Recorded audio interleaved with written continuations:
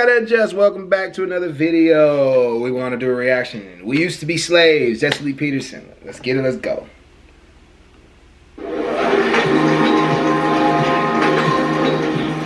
Our religious heritage is rooted in the regrettable experience. I've seen this one before, I think. You used to be a slave. We'll give it another go though. Fuck it. Yes, we used to be slaves. You were a slave at one time? No, I was not. I know. I was never. I was born in the 1950s. So slavery was long gone. Right. But I still experience the legacy of slavery. How? The In what way? legacy of discrimination. In what way? When I experience barriers that exist simply because of the color of my skin, those barriers are still real and they still exist. So how did you get to APU and do all that, be the dean and do all that if barriers in your way? Yeah, that's amazing, isn't it? That's a miracle. That's a miracle. Is it possible because they were not there? At least not from the white folks. That who was not there? Barriers were not there. It was all in your mind. It's not real. Oh no, the barriers were there. The barriers. Interesting though, you know, like, cause Jesse asks questions that make you wonder too. They do make you wonder. Like, wait a minute, like, if we just telling each other this shit at this point now, like, I wonder if this point could we actually do a lot of the things that we say we can't do, and is that what's kind of holding us back in our community? That's a good question. It is. Barriers are there even now. Even though I am associate dean and professor of New Testament, there's still some real barriers that you deal with. When will black people know that they are not there anymore? What do white people have to do to say, okay, blacks, we gave y'all everything. Do you want the land? You want the land, then you'll be done? You know, we'll know that these barriers are no longer there when we finally become fully human. And how are you going to do that? By taking eyes? By the eyes of what? In the eyes of white people. So if white people just say to the black, y'all human, would you be satisfied? No, it takes more than that. It takes more than that. What else you want? For one thing, it takes getting the knees off of our necks. What do you mean by that? What I mean by that is the end of things like racialized police brutality. When those kind of things disappear, when a young woman can be sitting in her house and not worry about police officers busting the door down. Who was that? And shooting her to death. Who are you referring to? Breonna Taylor. Oh, that Taylor girl. Did you know she was dealing with drug dealers? It doesn't matter what people think she was. It doesn't matter what she was dealing with. It doesn't matter if she rented a car where a murder or something. Nobody is going to walk into the house of a white woman and shoot her dead. They didn't do that.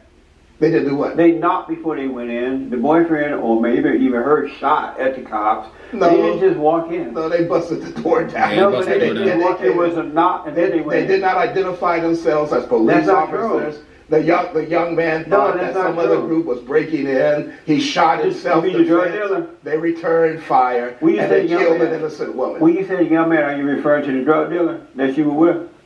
No, I'm referring to a boyfriend. I don't know anything about his background. All I know is that there's no justification for this string of killings of black men and black women for no reason. Even if they're drug dealers, pushing drugs, criminals, and all that, they don't bring it up on themselves. As a preacher, hold on. Do they bring that on themselves by the way they live? Well, white people see this case. That's not what I'm asking. You know, and there are white drug dealers, there are white gang members, but yet you don't hear of killing after killing after killing of unarmed black men and black women. That's not true. It is true. No, it just that is the problem. That is what all the protests are about. The protests are not about police engagement with criminals. As a preacher, I gotta ask you this. Okay. As a preacher, called by God, sitting in the room, reading the word when God called you. As a preacher, does it matter their lifestyle? Can they possibly bring this upon themselves by the way they live? Lifestyle, yeah, to a degree. I'm watching it on my phone too, so like I'm trying to like do both. Like I'm scrolling like through the comments as I'm scrolling through the comments as this is going on, so it's kind of funny. But like people saying some other shit. Not bring murder upon someone. If you're a drug dealer or you're involved in drug dealing and you're doing criminal things, can you bring that upon yourself?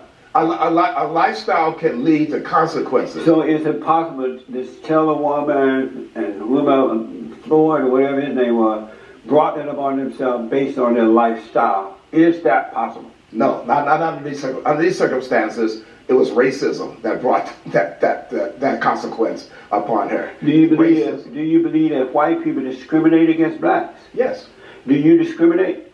No. You never discriminate? No. You don't discriminate? I don't discriminate against anyone on the basis of race. Do you discriminate? I have been discriminated against on the basis of race. So you do discriminate? Everybody discriminates. How about you? For example, I prefer to eat chicken rather than pork. That's discrimination. Do you discriminate? Not on the basis of race. Do you discriminate against other people? Not on the basis of racial characteristics. That's what we're talking about. So why did you marry a black woman instead of a white woman? Because I fell in love with her. But why did you fall in love with a white woman? You discriminated. No, I fell in love. I fell in love with my wife. You dated a white woman before, right? No, I never dated a white woman. Why not? That situation just never arose. Because you discriminated. I fell in love with somebody else. Is being a white Christian different from being a black Christian? Yes. In what way? Heritage. What? Heritage and experience. And what do you mean by that?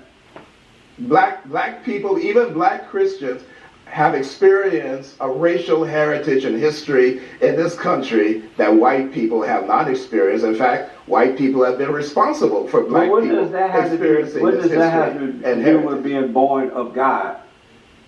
It has nothing to do with being born of God, because black people who are Christians are born of God also. But yet, despite the fact that they were Christian and born of God, they have been treated as subhumans.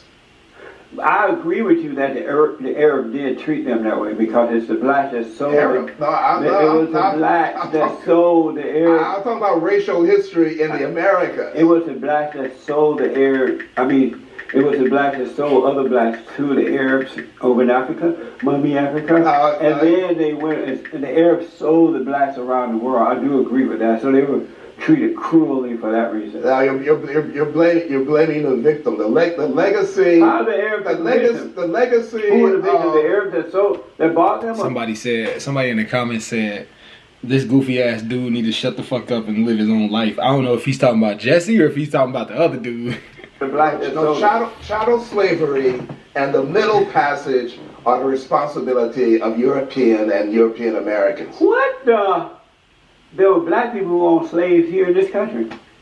No, there were no black people that not own slaves. Now so you're really saying that a white Christian is different than a black Christian?